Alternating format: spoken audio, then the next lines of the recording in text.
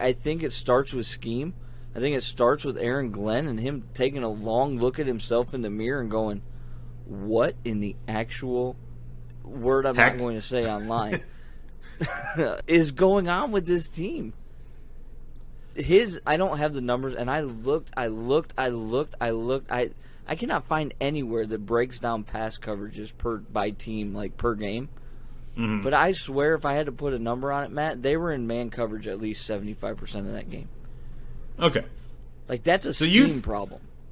You don't have the talent to be running man coverage consistently like that. Right.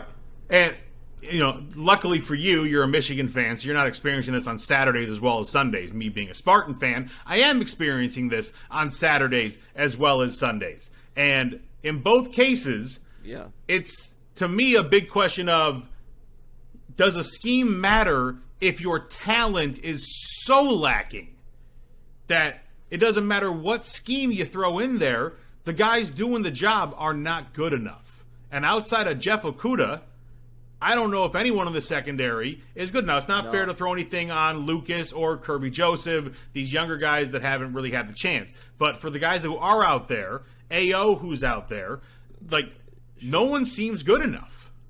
So I think that scheme matters even more when you don't have the talent. Because you have to put those less talented players in a position to succeed.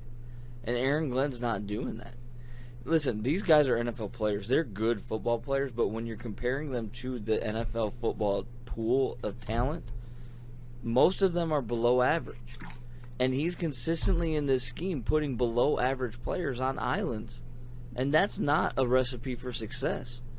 When you're blitzing consistently and you're having Deshaun Elliott blitz from 7-8 yards back and not even getting close to the quarterback, there's no reason at all for that. That's just bad scheme. It's bad scheme all over the place. You have to find a way to scheme around your deficiencies. If you're asking Alex Anzalone to cover a tight end in the flat, your scheme is broken because he is horrible in coverage. I think he graded out at 35 on PFF this week. And our defenders, I just want to make this point. I was looking up the stats. According to PFF grades, our top 6 defenders, 3 of them came from this draft class. Malcolm Rodriguez was number 1, Kirby Joseph, and then number 6 was Aiden Hutchinson. Yeah. So the talent could potentially be there, but this was Kirby Joseph's first start.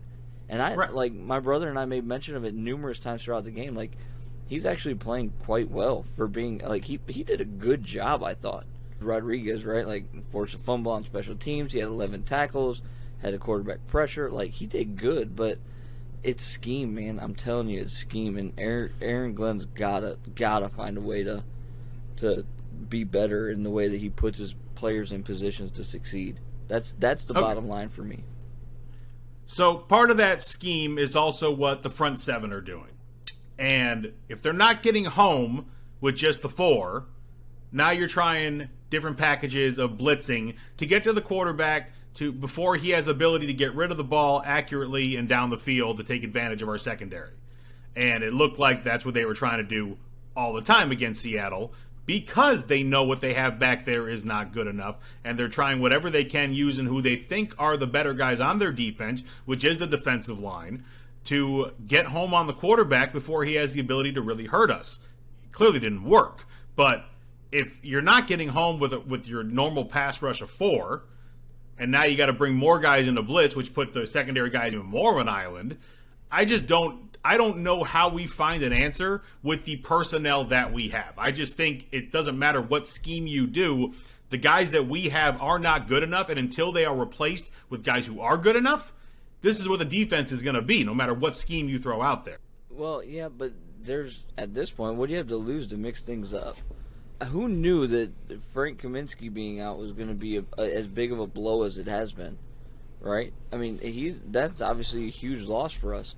But one thing that I noted in the preseason that I really appreciated when we were talking about Aiden Hutchinson was the fact that they were moving him along the defensive line. He wasn't just a 7-9 technique consistently. They had him moved inside, and there's no wrinkles happening at all. And at this point in the season, when you are the worst defense in the NFL and potentially the worst defense in NFL history, what do you have to lose to reimagine like scheme, to reimagine plans, to shift guys along? You got Charles Harris and Aiden Hutchinson opposite each other.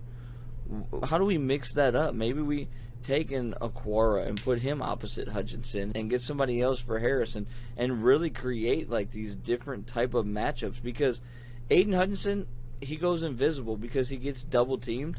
But the fact is, when you're getting double teamed, that should open up lanes for somebody else, and those guys just aren't taking advantage of it. Aleem McKeel's not taking advantage of it. The other guys along those lines are not taking advantage of it. And so at a certain point, you've got to find a way to either create an opportunity for Hutchinson to not be double teamed, or get guys in position that can take advantage of Hutchinson being double teamed. There was one moment in that game, Matt, I don't know if you caught it, but one moment in that game where our scheme led to Seattle finding a way to isolate DK Metcalf on Aquara in coverage. Like, that is a huge problem. And I was telling Eric on Beyond the Box last night, I said, listen, if I was a play caller, I'd be circling that play in the brightest color I could circle it in and come back to it 4 or 5 times if I know that I can get DK on Aquara. Like, that's a scheme issue. That's a problem in what, like, I don't even have words for that. That's how bad that is. You know what I mean? Yeah. No, the offense is saying we know what the defense is going to do. It's not a good look for the defense. It definitely is not a good look for the defense. No. But who's responsible for the defense? It's not a good look for the defensive coordinator when the opposing running back's going, we got bad looks. We took advantage of bad looks, right? Like, that's a problem. Yeah. There are a lot of surprising factors in this game. How successful they were with the run game. Looking like an all-pro. Well, that's the thing, though. With our defense, every quarterback has that ability, especially if they have some mobility with their ability. Geno Smith has that mobility with his ability, and we've seen how bad we are when a quarterback can escape. To scheme. I understand, but it also goes back to the lack of talent in that we man have. coverage, and it does go back to lack of talent. But when you're putting guys on islands in man coverage and they got their back turned to the quarterback because they're covering a receiver, and that lane opens up for a quarterback to run, that's why they got beat against Jalen Hurts. That's why they got beat against Geno Smith. Is because their scheme was bad. That man coverage, I'm telling you, this is not a man coverage team. And they made that switch at the beginning of this year where they went from like a 4-2-5 big nickel to a 4-3, like a traditional base 4-3, so they could get more linebackers on the field. Well, guess what? When your linebacking core is the weakest part of your defense and you've built a scheme around having more bad linebackers on the field, that's a problem. Get me more athletic guys that are a little bit faster. Go back to the nickel, put Rodriguez in the middle at linebacker, let Anzalone cover punts. I don't care because he's trash. And get to a better scheme. Well, I think all of our linebackers are trash when it comes to coverage. You got to put guys in position to succeed. Malcolm grades out quite well in coverage. In coverage? That guy's a gem in the 6th round. Yeah, he's not bad. He's not bad. I have to see those numbers because I've watched him in coverage, and that's where he gets beat. Like, when I see him beat, it's in coverage. Hey, Ryan Griffin here. Thank you so much for watching today's episode of Griffin and Bass. Be sure to give us your thoughts in the comments below. Remember to click the bell to receive the latest notifications from DSN, and subscribe for breaking news, community blogs, polls, contests, and other content.